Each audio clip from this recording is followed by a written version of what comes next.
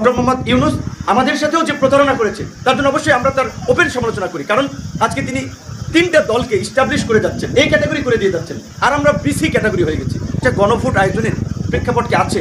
তাহলে এটা নিয়ে যদি আমরা রাস্তায় নেমে যাই, রাস্তায় আন্দোলন সংগ্রাম শুরু করি, মাহবুব ভাই বলেছিল, প্রকাশক মাহবুব ভাই, যে এই সরকার আমাদের সরকার, তারপরেও তাদের প্রতি আমাদের ক্রিটিসিজম থাকবে, কারণ ডক্টর মোহাম্মদ ইউনূস আমাদের সাথেও যে প্রতারণা করেছে তার জন্য অবশ্যই আমরা তার ওপেন সমালোচনা করি, কারণ আজকে তিনি তিনটা দলকে ইস্টাবলিশ করে যাচ্ছেন, এই ক্যাটাগরি করে দিয়ে যাচ্ছেন, আর আমরা বিসি ক্যাটাগরি হয়ে গেছি।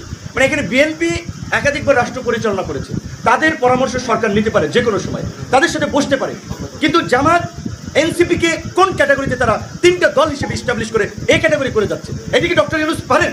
বরঞ্চ ডক্টর ইউনূসকে যখন এই 1 তলা থেকে 8 তলার লিফটে শেখ হাসিনা হেঁটে হেঁটে উঠাচ্ছিলেন, আমরা প্রতিবাদ করেছি। আমরা তো শঙ্কায় আছি, আজকে যদি আবার কোনোভাবে দেশে একটা অন্যরকমের পরিস্থিতি তৈরি হয়, ওই জুলাই যেমন রিমান্ডে আমাদেরকে ঝুলাইছিল, ঝুলাবে তো আমাদেরকে। ইউনূস সাহেবদের গায়ে টাচ করবেন না। উপদেষ্টা পরিষদ নাহিদ যেটা বলেছে, তারা সেফ এক্সিট ঠিকই পাবেন, 111 পেয়েছিলেন না? তো সেই জায়গা থেকে আমরা এখনও সংকটের মধ্যে আছি।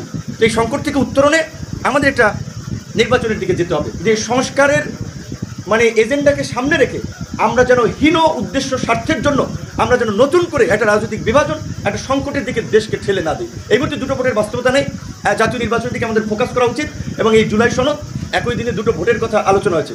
কারণ দেখেন, এই যে সমস্ত পণ্ডিত মানুষগুলো জুলাই সনদ এখন ভোটের কথা বলছে, বিএনপি যদি গণভোটে এটা না চায়, এখন জাতীয় নির্বাচন তো বাধাগ্রস্ত হবে, এটার ফলে অনেকে ধারণা করতেছে, বিএনপি যদি না চায়, জাতীয় পার্টি আওয়ামী লীগ এই ফ্যাসিবাদী শক্তি তো জুলাইয়ের পক্ষে না, গণভোটে কি এইটা গৃহীত হবে? গণভোট কি জয়লাভ করবে? তাহলে এই যে আমরা একটা রং স্ট্র্যাটেজি নিয়ে শুধুমাত্র মিডিয়ায় কিংবা মানুষকে একটা আইওএস দেওয়ার জন্য, একটা ব্লাফ দেওয়ার জন্য যে সমস্ত কথাবার্তা বলছি এবং সেটা নিয়ে একটা কর্মসূচি দাঁড় করাচ্ছি, একটা হইচই করছি, এগুলো কি বুঝে করছে না বুঝে করছে? আমরা বুঝি না।